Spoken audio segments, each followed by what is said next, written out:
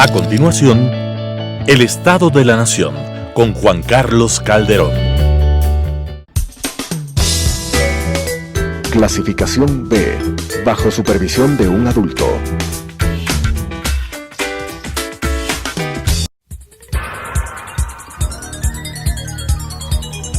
Las opiniones vertidas en este espacio por la producción y dirección del programa son de exclusiva responsabilidad de sus autores y de quienes intervienen en ellos. Telesucesos Canal 29 UHF presenta El Estado de la Nación, un espacio para hablar sobre la coyuntura política del país de forma crítica e independiente, con Juan Carlos Calderón. Con el señor ministro de Trabajo, el flamante ministro de Trabajo y Relaciones Laborales, Andrés Isch. Él sesionó recientemente, fue posicionado por el gobierno, por el presidente Frei Moreno, y asesor político, su último del ministro de Economía y Finanzas, o de Ministerio de Economía y Finanzas del Ecuador, secretario general de Planificación en el municipio de Quito. Tiene 32 años, cursa una maestría en la Universidad de Chile, una maestría en políticas públicas, y tiene un programa ejecutivo en liderazgo, toma de decisiones de la Universidad de Harvard, abogado por la Universidad Internacional del Ecuador. Ministro, buenas tardes. Juan Carlos, muchas gracias. Perdonado el lapsus. Sí, no, disculpas a todo el mundo, sobre todo al presidente Lenin. Es una tierra que a sus 42 años, ministro, ha sido con enorme expectativa, porque que yo creo que después de la de finanzas debe ser la más difícil este momento. O sea, las cifras no son para nada alentadoras sobre los impactos del COVID. El país venía ya arrastrando un problema real de pérdida de trabajo no precario. En realidad, trabajo no precario es aquel que la persona tiene 40 horas con todos los recursos y gana al menos el salario mínimo. Así es. Y lo que es que antes de la propia pandemia ya hasta diciembre de 2019 ya había una caída de 3.5% del trabajo no precario. Y luego viene la pandemia. Entonces, dado todo esto, ¿en qué situación estamos laboralmente, ministro? Es un momento complejo, sin duda. No es algo que estamos descubriendo. No. La pandemia lo que ha hecho también es debido a algunos problemas estructurales se comenzaron a corregir a partir del 2017, pero que todavía requieren esfuerzos adicionales. Lamentablemente la situación que estamos viviendo es una situación que no solamente nos afecta a nosotros, porque sería distinto estar en una crisis donde el Ecuador la esté pasando mal y sea mucho más fácil estirar la mano de ayuda a nuestros vecinos, a otros socios comerciales.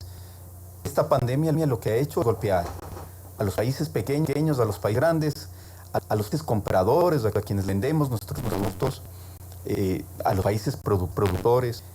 Y por lo tanto, la gran cantidad de aristas que la pandemia nos ha dejado, ha hecho es agravar una situación que ya venía siendo compleja desde toda la guerra comercial que se dio a comienzos de año entre Estados Unidos y China. Y por lo tanto, la situación del trabajo evidentemente sufre con todas esas. No solamente con el distanciamiento. El distanciamiento pone un tema complicado sobre la mesa. También sufre porque la gente está preocupada. Está preocupada de contagiar, está preocupada de cuidar también de sus ahorros. El consumo se afecta y atarse el consumo, evidentemente, existe menos dinero para generar fuentes de trabajo. Así es que ese es el contexto que tenemos en el momento, esa es la situación. Y lo que necesitamos es enfrentarlo como decisión, con mucha solidaridad. Ahí creo que hay que estar de la mano sector público, sector privado, inclusive intentar acercar posiciones que en condiciones normales pueden tener un protagonismo natural, pero que en esta situación realmente tenemos que sumarles para remar todos hacia el mismo lado. Las cifras son complejas, creo que las cifras demuestran lo que estamos hablando. Tenemos un alto número de personas que están en la informalidad. Tenemos alto número de contratos terminados en estos meses.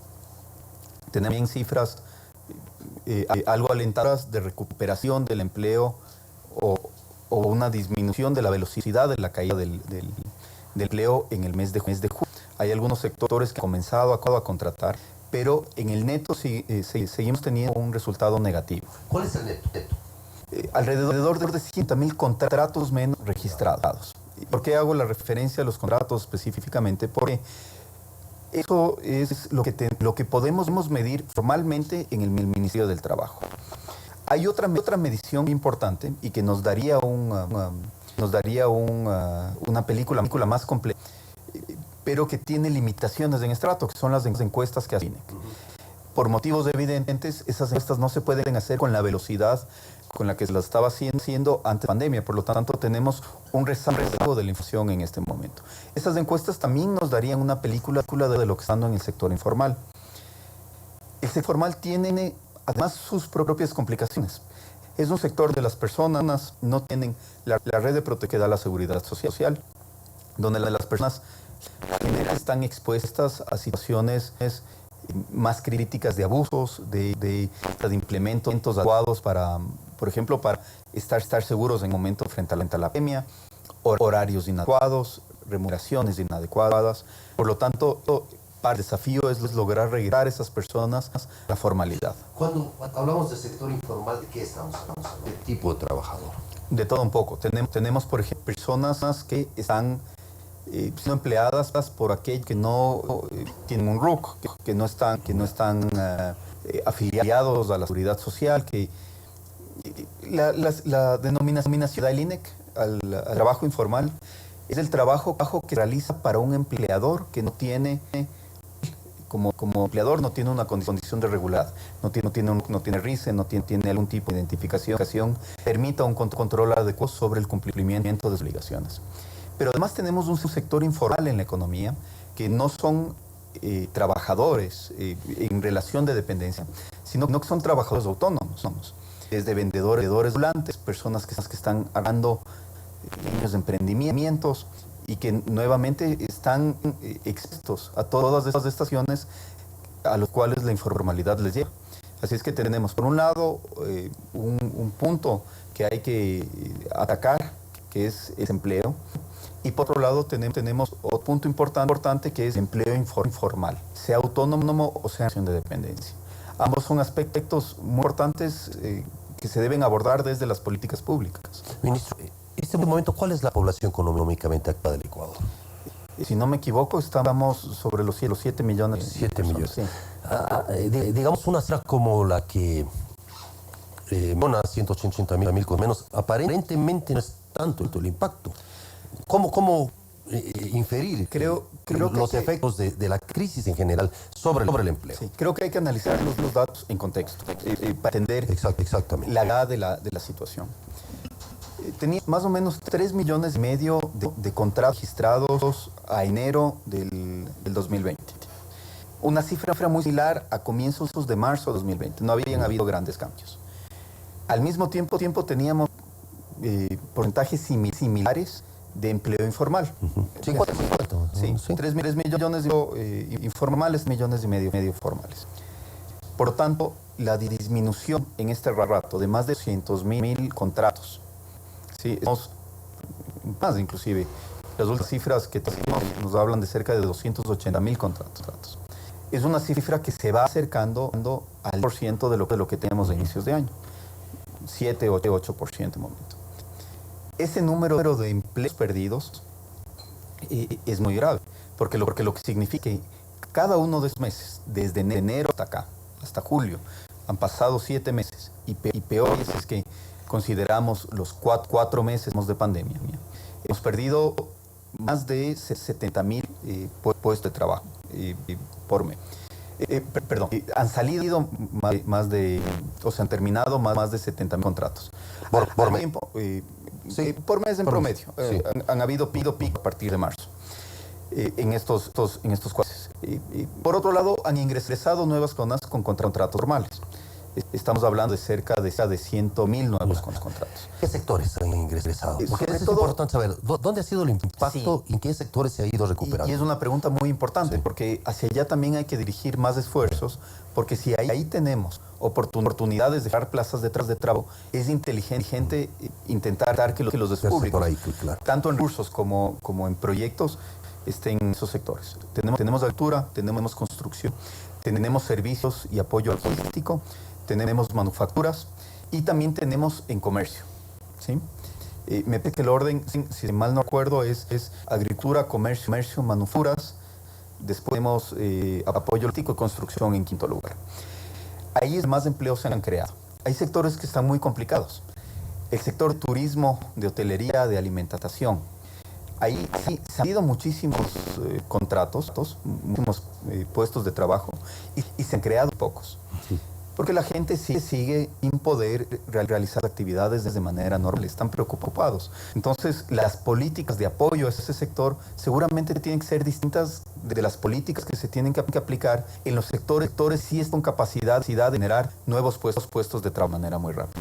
Pero volviendo a tu pregunta original, si hablamos de 7% de la población formal que ha terminado su contrato en este tiempo, estamos hablando de un montón de familias. Detrás de cada una de estas personas puede ser que tengamos 3, 4 personas en promedio que dependen de él. Entonces, los números se multiplican. Eso es la urgencia de que las políticas públicas estén orientadas sobre todo en preservar las plazas de trabajo y generar nuevas plazas de trabajo. Claro, sí, para una familia tipo, cuatro personas son casi 1 millón de personas. Exactamente. Y detrás hay una serie de damas adicionales, ¿no? Porque probablemente esas personas se quedaron sin trabajo. A su vez, están dejando de consumir productos o servicios de otras personas, están perdiendo esa fuente de ingresos. No dejando de pagar cuenta también. Exactamente. Ahora, el tema ahí es que el trabajo precario, lo que se ha ido...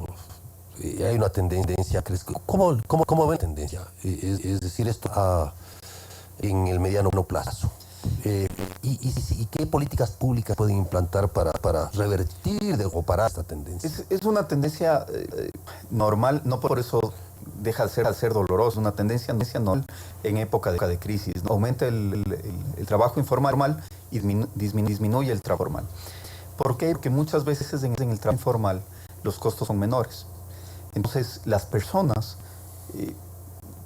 pueden estar tentadas a arriesgarse a una sanción de la autoridad, a una demanda posterior, porque se sienten que es la posibilidad de seguir teniendo una actividad en los momentos complicados. Y ahí creo que la respuesta lógica es, bueno, hay que generar las condiciones para que la formalidad sea más atractiva que la informalidad. Y esto no viene solamente por un tema de sanciones. Es importante, porque las sanciones, los controles nos sirven para que la ley se cumpla. Eso no lo podemos dejar de lado. Parte de la garantía de los derechos está en asegurarnos que se cumpla con la ley. Pero también está en la racionalización de la norma, en la racionalización de las instituciones, en quitar un montón de trabas o de bloqueos que se puede tener hacia la formalidad. En algunos casos son trabas injustificadas. Son trabas que se dan por estructuras que se van acumulando a lo largo del tiempo, donde el Estado comienza a hacer roles que no debería, donde el Estado, siempre en muchos casos, asume que desde el sector ciudadano va a haber permanentemente un afán de hacer trampa. Entonces el Estado ya crea normas con la idea que tiene que corregir y sancionar las posibles infracciones. Yo creo que hay que volver a confiar en la ciudadanía en muchas cosas. Hay que facilitarle la vida a la ciudadanía. ¿Cómo? O sea, no entiendo cuál es el punto, si tal vez me se refiere a algún ejemplo. Te pongo un ejemplo muy claro de una cosa que corrimos del día de hoy. Correcto. Desde el año 2000 tenemos en la legislación una modalidad contractual, que es el contrato por obra o servicio terminado dentro del negocio. ¿Qué quiere decir esto? Que si yo tengo un proyecto específico que va a durar un tiempo determinado, yo podría contratar personal para ejecutar ese proyecto y una vez que se termina el proyecto, se termina la relación laboral. Con claridad, con formalidad y con justicia para las partes.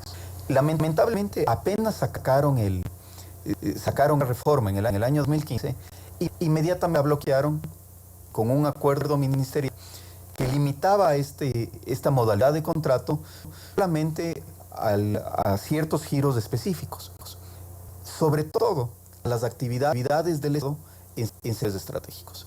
Y uno se pone a pensar, a ver, si el Estado igual va a construir una represa, porque es un tema una central hidroeléctrica o una prospección, alguna cosa, sabemos que se van a crear ahí plazas de trabajo. ¿Para qué tenemos que limitarle esta modalidad que puede ser muy útil para pequeños emprendedores, para desarrolladores de software, para la gente que está toda en una situación de incertidumbre sobre cómo va a ir creciendo su negocio?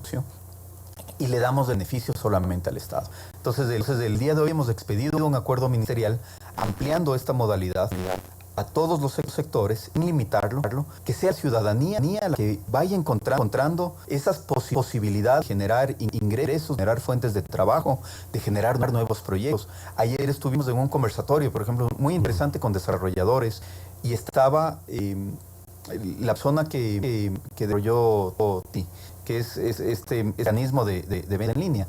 Y él nos decía, estuvimos cerca de buscar en el exterior cómo desarrollar un segundo proyecto, porque en el Ecuador no teníamos las condiciones para hacerlo de manera adecuada. Esta modalidad contractual que requirió de un cambio a nivel de acuerdo ministerial les va a permitir ahora contratar a Ecuador, desarrollar el proyecto y seguir creciendo. Ministro, vamos a un corte y luego para conversar qué pasa en esta situación tan grave de la epidemia, pérdida de empleo, todo, con los derechos laborales. Ya volvemos. El Estado de la Nación. ¿Puedes decir cuál de estos niños no nació libre? ¿Puedes decir cuál de estos niños no nació con igualdad? ¿Puedes decir cuál de estos niños no merece ser tratado con dignidad?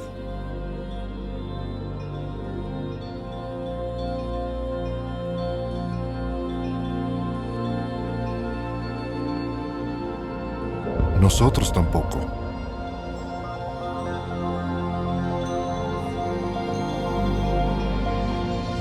Derecho humano número 1. Todos hemos nacido libres e iguales. ¿Qué son los derechos humanos? Infórmate en jovenesporlosderechoshumanos.org.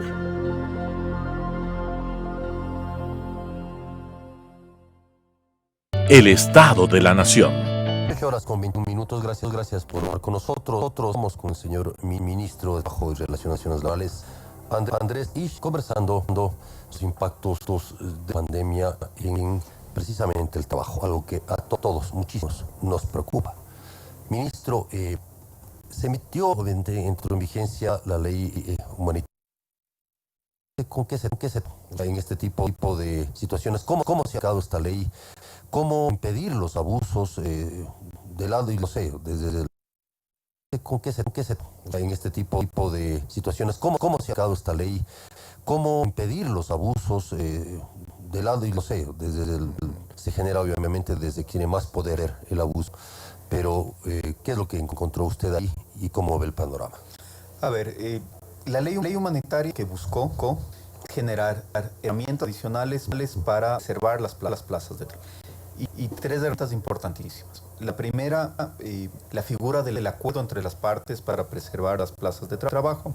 Una figura que permite sentar en la mesa a trabajadores y empleadores, poner ciertas acciones, garantizando, eso sí, derechos y garantizando condiciones mínimas que son irrenunciables, superables, como por ejemplo el salario básico.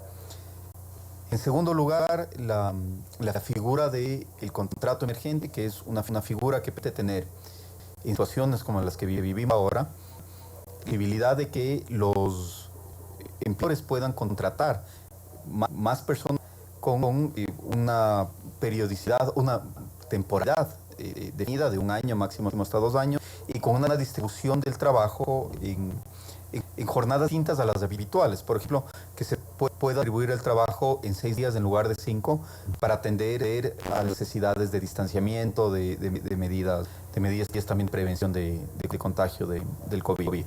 Y en tercer lugar, la reducción emergente de la jornada. Esta adherencia de la que se tenía antes es una decisión que puede tomarla el empleador de manera unilateral, garantizando también ciertos derechos. El primero es que la jornada no se reduzca a menos de la mitad de las horas regulares. Tiene también piso de remuneración que no puede bajar del 55% de la remuneración que tenía el trabajador y remuneración básica. Y a cambio de esto hay ciertas prestaciones del empleador.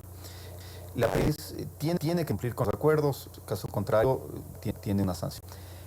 Segunda es que no puede repartir dividendos, es decir, no puede darles a los socios de la empresa utilidades en caso de que exista, ¿sí? Los rendimientos de ejercicio.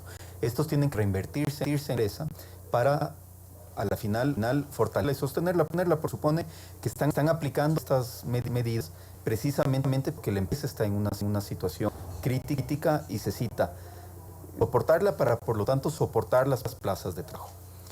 La ley humanitaria también incluyó dentro del debate, no fue una propuesta ejecutiva, fue una cosa de asamblea, una interpretación del artículo 169, numeral 6 del Código del Trabajo, que establece la terminación del contrato de trabajo por causales de fuerza mayor.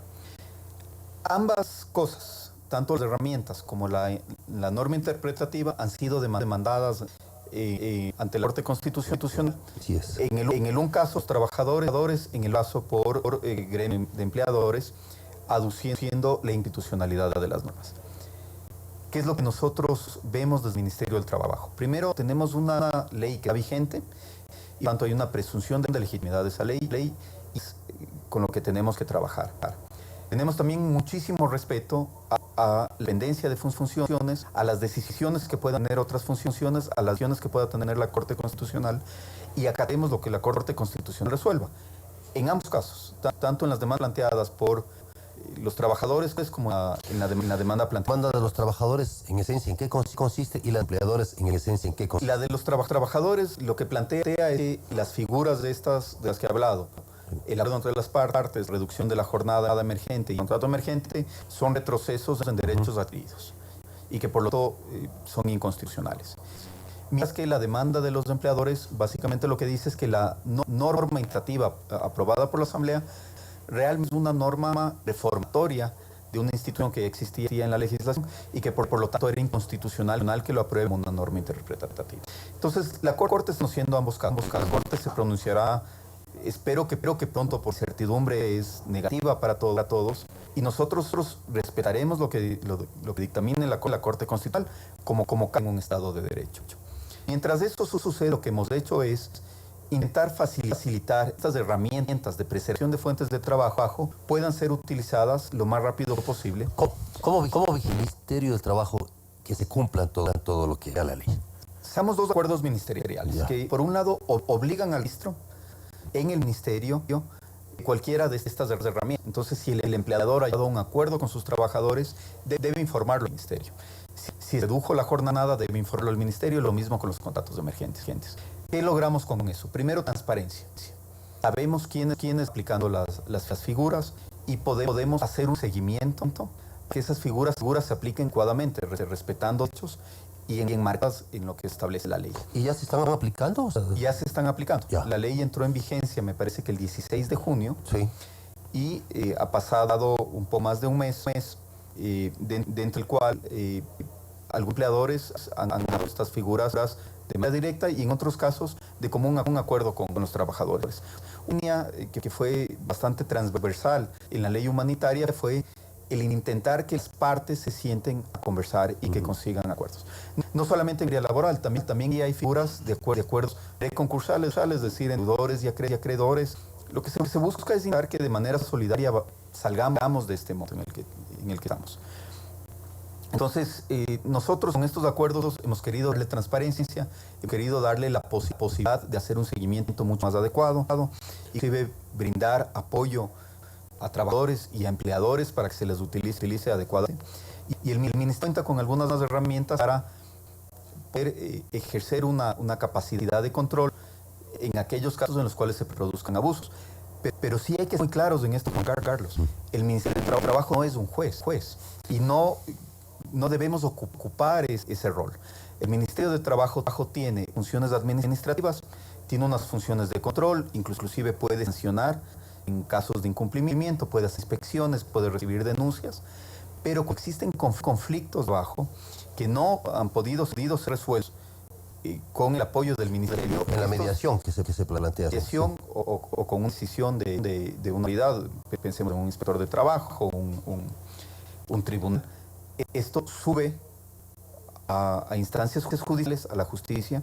Y ahí también como medio tenemos que tener absoluto respeto por las decisiones judiciales. Es muy importante que el país siga acostumbrado a que las funciones del Estado de manera independiente tienen que coexistir adecuadamente. Ministro, ¿se han presentado denuncias en el Ministerio sobre abusos en este tema? Sí, tenemos bastante. De hecho, en esta época hemos tenido un pico de más de 20.000. 20.000 denuncias. Sí. ¿Y sobre qué es básicamente? De las más de 20.000 denuncias que están ya en este momento consolidadas en la información. Como las denuncias se presentan en las inspectorías, en las direcciones, etcétera. Entonces, toda esa información permanentemente se sigue alimentando en nuestras bases de datos y estadísticas aumentan y cambian.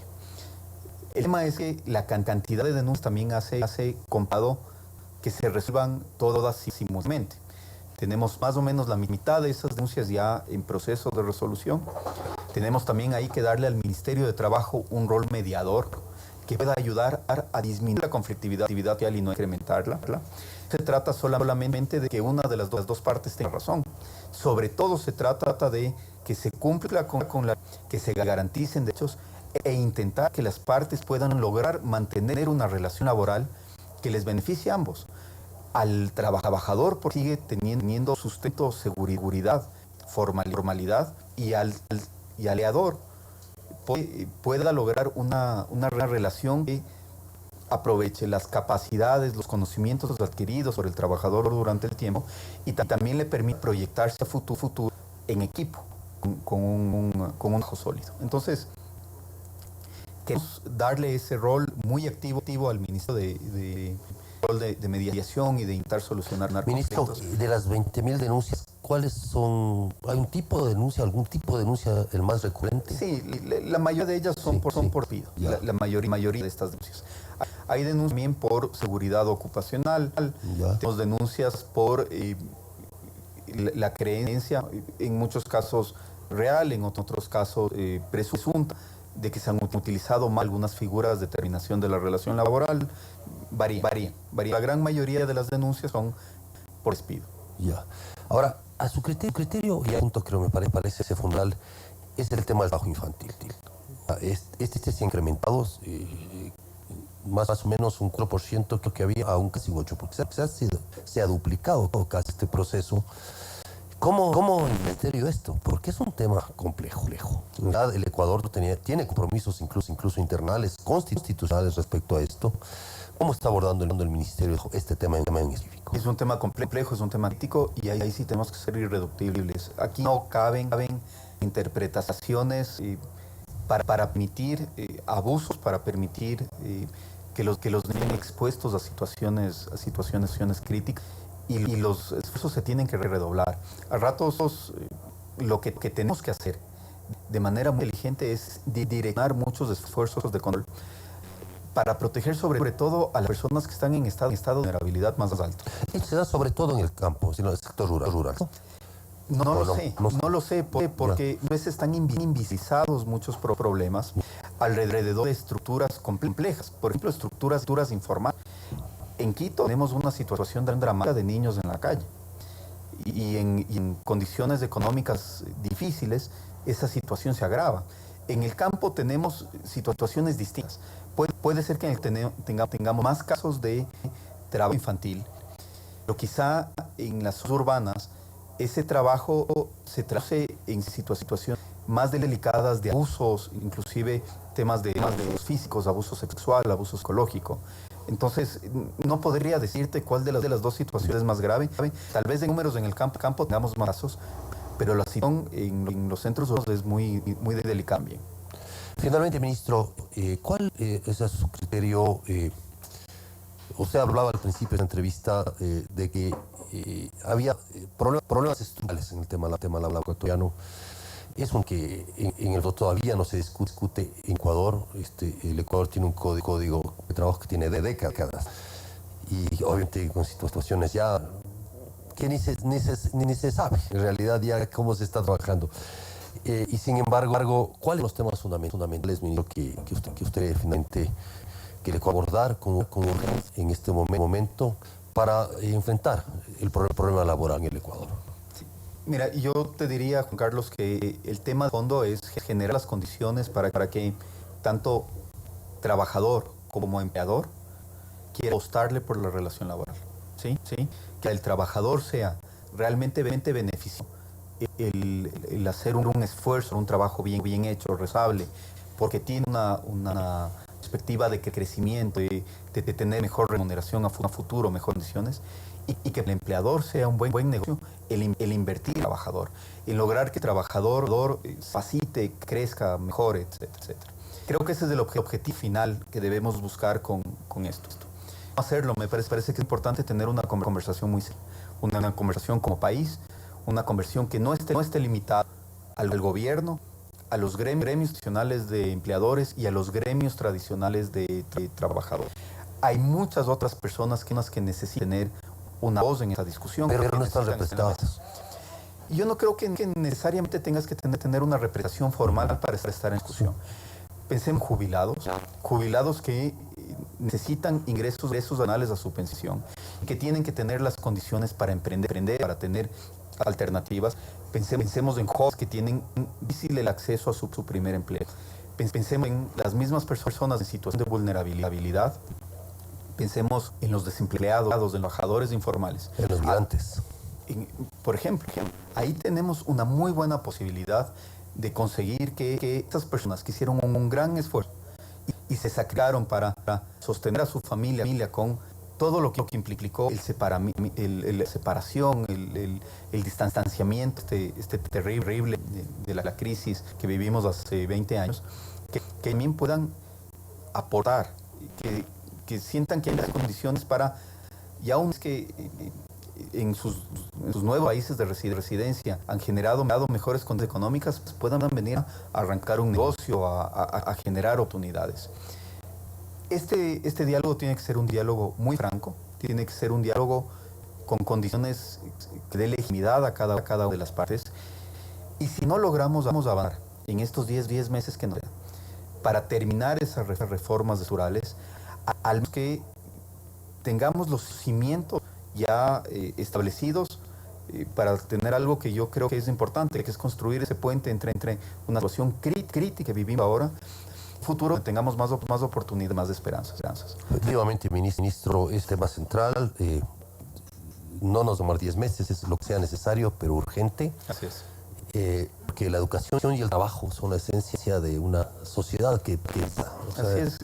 Sin eso no es posible. El trabajo no es solamente ingresos, Juan Carlos. El trabajo es dignidad, el trabajo es tener paz cuando llega la familia. El trabajo es poder planificar un futuro para los hijos. Construir una carrera también. Es muchísimo más que ingresos. Entonces, es una discusión que necesitamos tener con urgencia, un diálogo que tiene que ser abierto.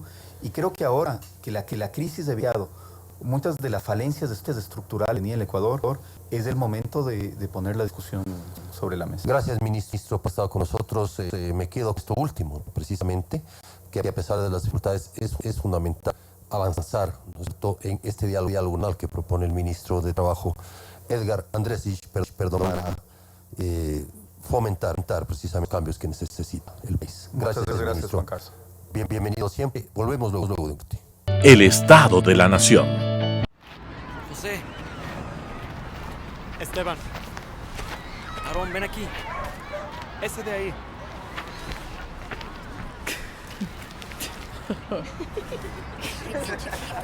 Tú, ven acá.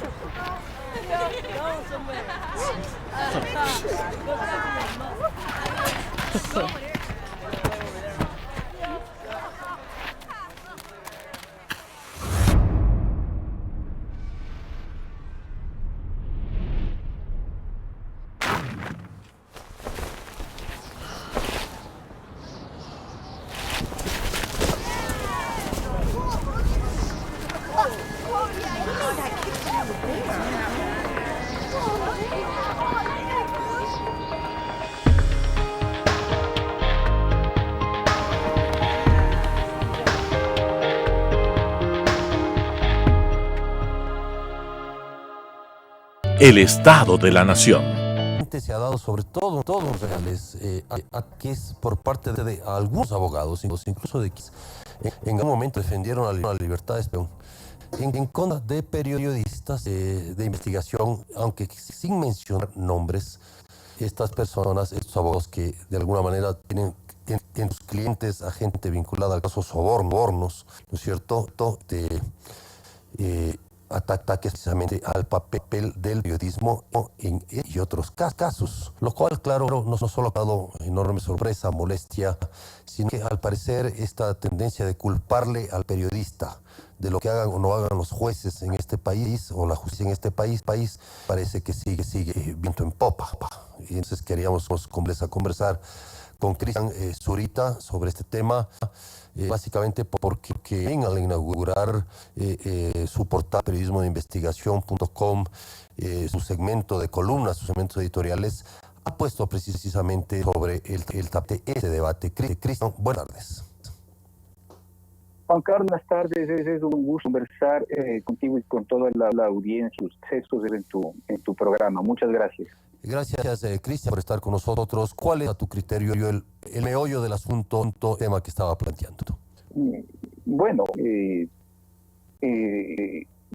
existe una avalancha de corrupción, clarísimo, ¿no? Y con una avalancha de casos de corrupción es obvio que exista una avalancha de estudios jurídicos que se encargan de la defensa técnica de todos implicados en los actos de corrupción, ¿sí? Entonces, lo que se ha logrado es que se forme un muro jurídico constituido por muchos abogados. Yo creo que en el momento deben pasar los 50 a nivel nacional por todos los casos de corrupción, que de alguna manera encuentra una forma de defensa o una narrativa pública atacando periodismo. ¿Sí? Pero eso es claro y se ha generado en los últimos semanas una serie de tensiones, pasos que son especiales con respecto a la corrupción. Yo quiero ponerte, Juan Carlos, un ejemplo muy claro. Estaba hace poco justamente pensando esto y estaba contabilizando el número de abogados que participaron en el caso Arroz Verde o sobornos. ¿Sí? Y pues hay que considerar que desde el punto de vista de los acusadores, que es la Procuraduría General del Estado, la Fiscalía, únicamente existen dos voceros, sea la Fiscal General o sea el Procurador del Estado. ¿Sí? De pronto, a través de la Fiscalía, algún tipo de acciones bien inclinadas en sociales y de emisión de boletines de prensa, que no va más allá de eso. Pero en el caso han actuado 37 abogados, ¿sí? De primera línea. Sí, o sea, y estos 37 abogados... 37 más sus equipos jurídicos, digamos. O sea, son 37 abogados, ¿veis? Claro. Sí, y los que directamente han aparecido y que cuenta el número de abogados y defensas técnicas participados en el proceso judicial y que están señalados en la sentencia emitida hace pocas semanas en la apelación que se dio, se cuentan ese número. Ellos efectivamente han construido una narrativa que ha pesado la relación con la prensa, ¿sí? Porque ahora lo que básicamente se nos quiere acusar es que la prensa efectivamente lo que está haciendo es generar ciencias, ¿sí?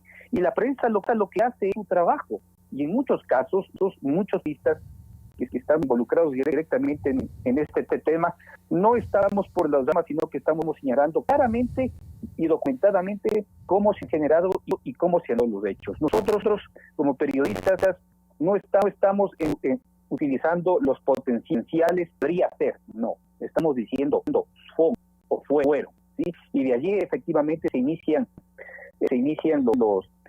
los problemas y estas tensiones. Y en últimas semanas incluso han hecho en esta palabra tan fea que se utilizan ahora que se llama webinar.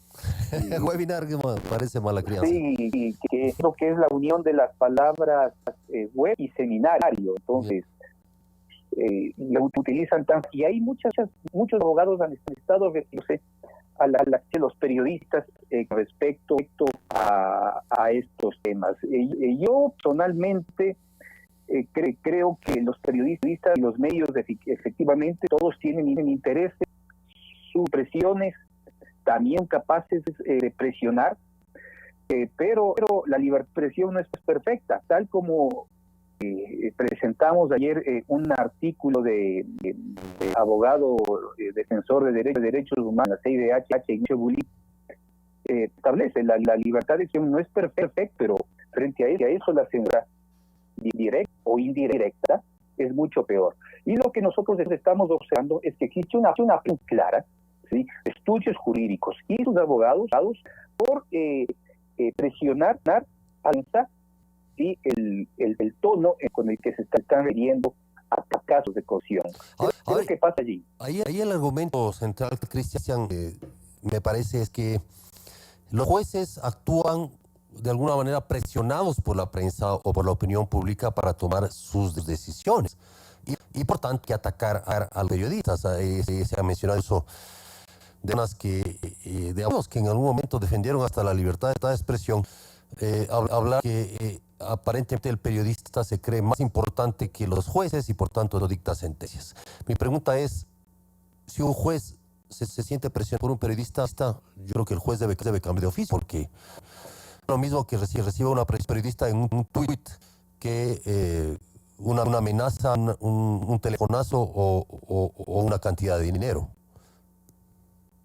Lo que hace un periodista es dejar en evidencia o colocar o explicar públicamente y didácticamente qué es lo que conoce sobre los hechos que se están ocultando. ¿Sí? Y pues eso yo creo que en vez de perjudicar y generar presión sobre un juez, lo que está permitido es que exista un debate más claro y transparente sobre los hechos complejos que se están jugando. ¿Sí? Ahora, una cosa es con violín y otra cosa es con guitarra. Ajá. Y todo este grupo de abogados, ¿sí?, hasta hace 10 años, ganaron enorme prestigio defendiendo a periodistas que eran únicos que tenían de alguna manera una voz valiente para enfrentar los tremendos actos de corrupción y abusos del poder. Pero ahora, desde un punto de vista corporativo, están defendiendo personas que tienen intereses reales en casos de corrupción. Ese es el tema central. Entonces, hoy mismo en redes sociales hemos visto un altercado que se ha dado, por ejemplo, el abogado Juan Pablo, con ciertos pronunciamientos hechos a través de redes sociales, a cuenta de la Fiscalía General del Estado. Por un tema en particular, que es un caso, nosotros como Fundación Mil Hojas lo habíamos presentado en enero del año pasado, enero de 2019, sobre la mala práctica médica en un niño de 1 año. Hoy el niño tendrá aproximadamente 7 años, el cual se identificó que la mala práctica le ocasionó una incapacidad total. O sea, el niño debe tener una incapacidad del 90-95% en términos reales. O sea, acabaron esa familia, acabaron las vidas de esos padres. ¿Y en qué se mete el abogado? Pues es defensor de la doctora que generó esos hechos, ¿sí? Y se mete en una pública. ¿Ya? Entonces, es obvio que los abogados tienen que defender, desde el punto de vista de los derechos y de las necesidades técnicas jurídicas a quienes les tratan, ¿sí? Pero otra cosa es celar la relación con la prensa, celando que ellos quieren activamente generar presiones en las decisiones de los jueces. Nosotros tenemos que hacer nuestro trabajo, ¿sí? Y si es que pues no les gusta allá ellos, o sea, bajo ninguna circunstancia creo que debemos encargar ese juego y lo que hay que hacer es tomar una posición paralela, así como ellos están llamando ellos están llamando lo han señalado con cierta claridad, presión la justicia. Nosotros deberíamos decirle, bueno, ellos tienen una posición muy clara respecto a la judicialización de la verdad, porque nuestro tema va por allí, en identificar qué es la verdad, y no vamos en estos juegos en los cuales los abogados son expertos, que ahora coráneamente se conoce con este de la posverdad. Sí, nosotros los periodistas no estamos para estos juegos. Hagamos los hechos en base a lo que tenemos y sobre eso construimos narrativas. Cristian, vamos a hacer un corte para volver precisamente a preguntarte qué sentido tiene atacar a la prensa. Ya volvemos. El Estado de la Nación. Te dio la bienvenida al nacer. Estuvo ahí con tus primeros pasos. Con tu primer error. Con tu primer beso. Está contigo cuando ganas. Cuando pierdes. Cuando te vuelves a levantar. En cada momento. La puedes sentir.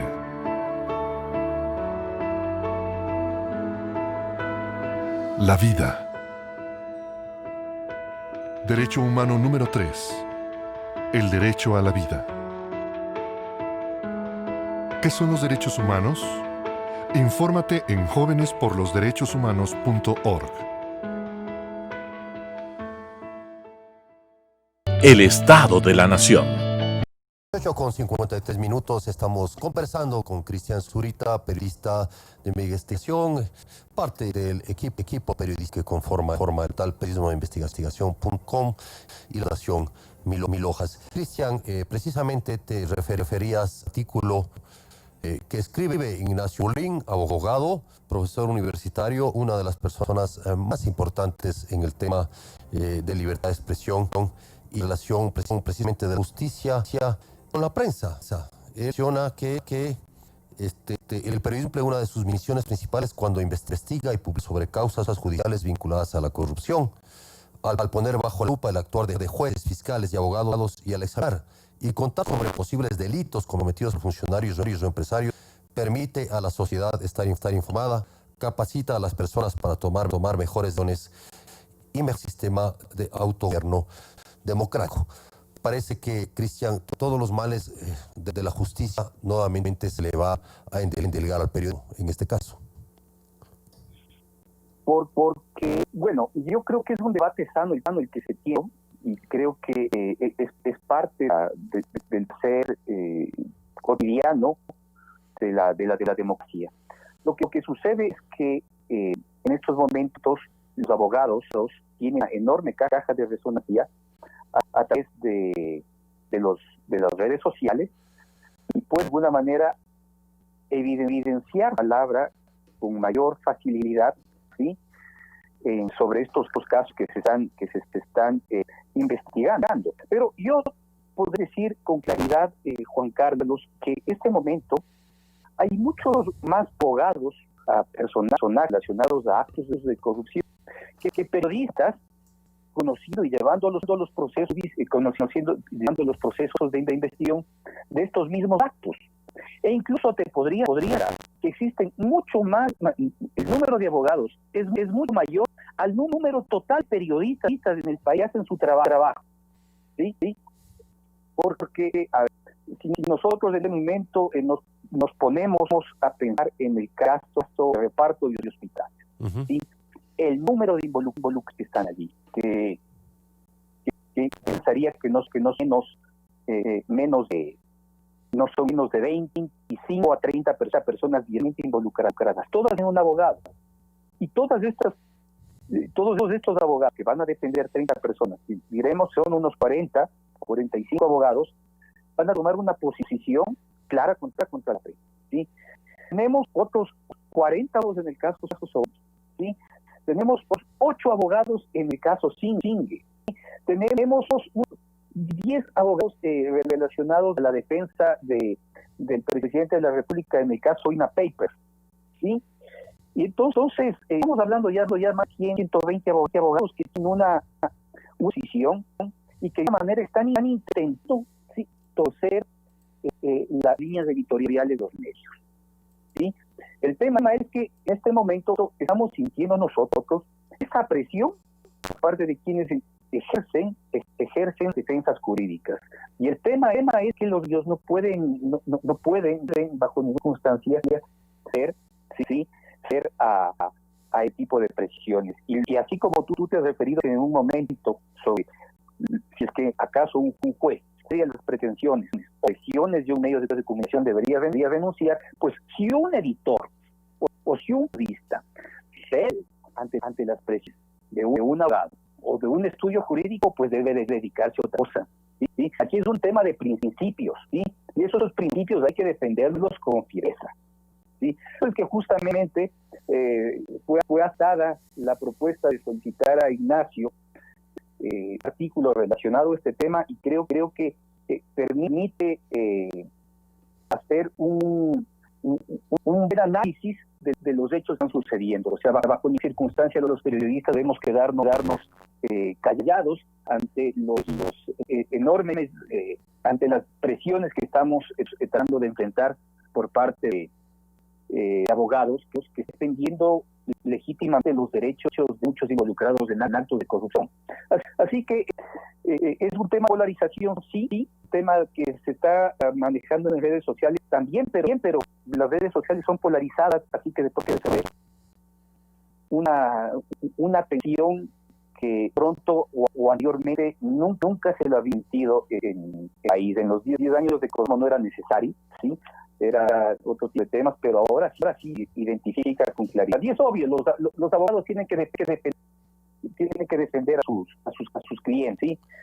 Nosotros tenemos otros compromisos, ¿sí? Nosotros tenemos un compromiso directamente con reunir hechos que tengan capacidad de ser sustentados con el tiempo, documentados, ¿sí? Contrastados, y desde allí construir una narrativa lo más cercana a la realidad.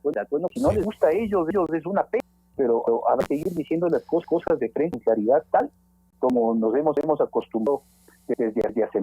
Claro, los abogados tienen la obligación de defender a sus clientes, pero en los tribunales.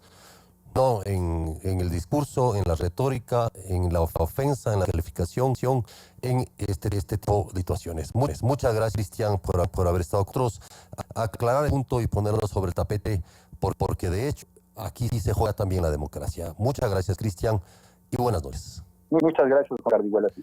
Y con ustedes, gracias también por habernos atendido y compartir estos minutos. Hemos estado ministro de Trabajo Andrés Isch y también un momento con Cris Zurita. Dios mediante, nos vemos en una próxima ocasión. Que tengan una muy buena noche. Las opiniones vertidas en este espacio por la producción y dirección del programa son de exclusiva responsabilidad de sus autores y de quienes intervienen en ellos.